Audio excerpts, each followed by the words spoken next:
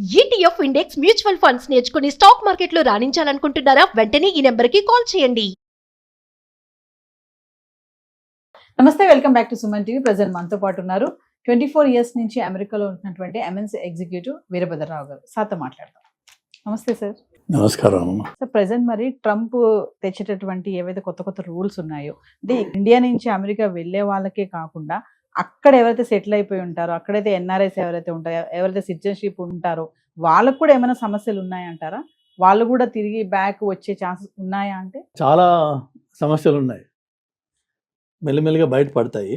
ఏంటంటే ప్రస్తుతం ఈ అమెరికన్ సిస్టంలో ఒకటి తయారు చేశారు, citizens and everybody else non citizen. ఈ నాన్ సిటిజన్లో మీరు అనే ఎన్ఆర్ఐస్ ఎవరైతే గ్రీన్ కార్డ్ ప్రాసెస్లో ఉన్నారో, ఎవరైతే H1B మీద ఉన్నారో, ఆర్ L1 మీద ఉన్నారో, F1 మీద ఉన్నారో, అది ఎన్ని ఏ ఆల్ఫాబెట్ అయినా పెట్టండి మీరు, వాళ్ళందరూ ఇమిగ్రెంట్స్. అందులో మీరు అన్నట్టుగా ఇల్లీగల్ ఇమిగ్రెంట్స్ కూడా ఉంటారు. వాడికి ఏ ఆల్ఫాబెట్ లేదు వాడికి. అంటే సెటిల్ అయిన వాళ్ళకు కూడా ఇల్లీగల్, సెటిల్ నాన్ సెటిల్ అనేది లేదు. లేదు. సెటిల్ అంటే ఏంటి మీ ఉద్దేశంలో? ఏం లేదు అక్కడ. మీరు 10 ఏళ్ళ నుంచి అక్కడ ఉన్నారంటే సెటిల్ అనా? గ్రీన్ కార్డ్ వచ్చేస్తే సెటిల్, మేము బిందాస్ అని అంటారు కదా సార్. ఇంకా ఒకప్పుడు ఉండేది ఆ ధైర్యం.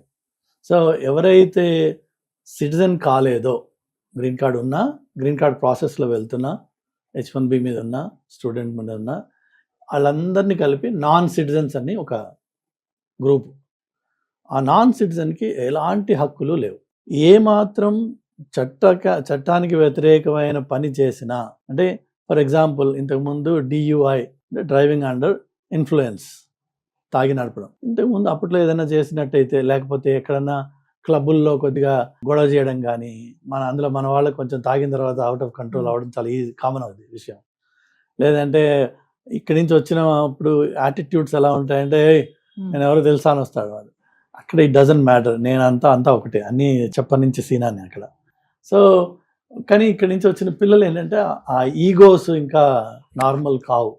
అది హైలీ లా ఓరియంటెడ్ కంట్రీ, ఇది హైలీ లాలెస్ కంట్రీ. సో ఇక్కడి నుంచి అక్కడికి వచ్చినప్పుడు మైండ్ షిఫ్ట్ కావాలి, రాదు. రాక ఏమన్నా వేషాలు వేసి ఇప్పుడు ఏదైనా లీగల్ దాంట్లో పట్టుబడితే వాళ్ళకి ఎలాంటి ప్రొటెక్షన్ లేదు. వాళ్ళు ఇమ్మీడియట్గా దే కెన్ బి కాదు, they will be removed from the country. So అమెరికాలో నేను వచ్చి ఉంటున్నాను, ఇక్కడ లోకల్గా వచ్చేసాను కాబట్టి, అంటే మీరు అనేది ఇండియాలో ఉన్నవాడికి వర్సెస్ అక్కడ ఉన్నవాడికి వచ్చేసా కాబట్టి నాకు ప్రొటెక్షన్ ఉంది, ఏం లేదు protection, unless you are law abiding. మీరు ఎలాంటి లూప్ హోల్స్ లేకుండా మీ రెజ్యూమెస్లో, గత ఎంప్లాయ్మెంట్ హిస్టరీలో, అలానే కన్సిస్టెంట్గా అప్లికేషన్ ప్రాసెస్ ఉండాలి. ఏంటంటే యుఎస్కి వచ్చేటప్పుడు మనం డాక్యుమెంటేషన్ కొంత సబ్మిట్ చేసి ఉంటాం. దాని తర్వాత ఏదో DS 160 ఏదో ఉంటుంది, ఇమిగ్రేషన్ ఫస్ట్ టైం మనం అపాయింట్మెంట్ తీసుకుని వెళ్ళేటప్పుడు. నాకు ఈ నెంబర్లు గుర్తులేవు, చాలా ఏళ్ళు అయిపోయింది. బట్ సెవరల్ అప్లికేషన్స్, సెవరల్ ప్లేసెస్లో మన ఇన్ఫర్మేషన్ షేర్ చేస్తుంటాం. ఆ షేర్ చేసింది కన్సిస్టెంట్గా, యాక్యురేట్గా లేకపోతే వాళ్ళని కంట్రీలోంచి రిమూవ్ చేస్తున్నారు. అదేదో 20 ఏళ్ల క్రితం నేను అలా రాశాను, గుర్తులేక చేసి ఉండొచ్చు, దట్స్ ఓవర్. అంటే ఎన్ఆర్ఐకి కూడా ఇబ్బందులు ఎదురవుతున్నాయని అంటున్నారు. ఎన్ఆర్ఐ ఏం లేదు ఇంక అందులో, అందరూ ఒకటి, సిటిజన్ నాన్ సిటిజన్. నువ్వు నాన్ సిటిజన్ కాబట్టి నీకు ఎలాంటి ప్రొటెక్షన్ లేదు.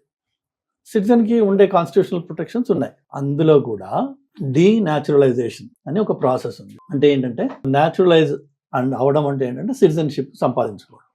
ఈ సిటిజన్షిప్ సంపాదించింది ఏదైనా ఫ్రాడ్యులెంట్ రిప్రజెంటేషన్స్ ఇచ్చి గతంలో ఈవెన్చువల్గా మేబీ ఆ ఇంటర్వ్యూ ప్రాసెస్లో మొత్తానికి ఏదో మీరు మేనేజ్ చేసి సిటిజన్షిప్ సంపాదించారు అనుకుందాం. ఇప్పుడున్న పరిస్థితి ఏంటంటే అలాంటి గత 5 ఏళ్లలో జరిగిన అన్ని సిటిజన్షిప్ అప్లికేషన్స్ వాళ్ళు రీఓపెన్ చేస్తున్నారు, చేసి వాళ్ళని ఇళ్ళకి వెళ్ళి మరీ వెరిఫై చేస్తున్నారు. ఎక్కడ ఏమాత్రం తేడా వచ్చినా వాళ్ళని డీన్యాచురలైజ్, అంటే వాళ్ళ సిటిజన్షిప్ తీసేసి వాళ్ళని జైల్లో పెట్టి ఆ తర్వాత డిపోర్ట్ చేసి. సో ఎలాంటి అంటే ఈ 55 మిలియన్ పాపులేషన్ ఎవరైతే ఇమిగ్రెంట్స్ అమెరికాలో ఉన్నారో, న్యాచురలైజ్డ్ ఆర్ అదర్వైజ్, ఈ 55 million people are under microscope. ఒక సెపరేట్ ప్రైవేట్ డేటాబేస్ దానికి తయారు చేసి, ఇంతకుముందు ఎన్నడూ కూడా కొన్ని అమెరికన్ డిపార్ట్మెంట్స్ డేటాని వేరే వాళ్ళతో షేర్ చేయరు. లైక్ మాకు IRS ఉంది, ఇంటర్నల్ రెవెన్యూ సర్వీస్, లైక్ ఇక్కడ మనకి taxation department. IRS data is highly secured data. దాన్ని వేరే డిపార్ట్మెంట్స్ తోటి కలపరు అనమాట. ఎందుకంటే మన ట్యాక్సెస్, మన ఇన్కము అన్ని డీటెయిల్స్ అందులో ఉంటాయి. కానీ ఇప్పుడు ఏం చేస్తున్నారంటే రకరకాల మేజర్ డిపార్ట్మెంట్స్ డేటానంతా కలిపి సెంట్రలైజ్ చేసి బ్యాంకింగ్ ఎన్వైరన్మెంట్లో దీన్ని కేవైసీ అంటారు, కేవైసీ. Are customer 360. అంటే ఒక కస్టమర్ని పరిపూర్ణంగా మీరు తెలుసుకొని వాళ్ళకి మంచి ఎఫెక్టివ్ సర్వీస్ ఇవ్వడం, అది ఉద్దేశం. అదేవిధంగా ఇప్పుడు వీళ్ళు చేస్తుంది ఏంటంటే ఇమ్మిగ్రేషన్ పరంగా ఈ ఇమ్మిగ్రెంట్ అనే వాడి గురించి 360 వ్యూ, ఇన్కమ్, ఇమ్మిగ్రేషన్, లా, అలానే రకరకాల పర్మిట్స్, మనం లైసెన్సెస్ ఏవైతే సంపాదిస్తామో అవి, అందులో ఎక్కడైనా మనం మిస్రిప్రజెంట్ చేసామా, ఇవన్నీ కలిపి ఒక డేటాబేస్ తయారు చేస్తాం. ఎక్కడ ఏ చిన్న తప్పు ఉన్నా దర్ గాన్. సిటిజన్ అయినా కూడా వాడిని డీనాచురలైజ్ చేసి వాళ్ళని దేశం నుంచి తీసేస్తున్నారు ప్రస్తుతం పరిస్థితి.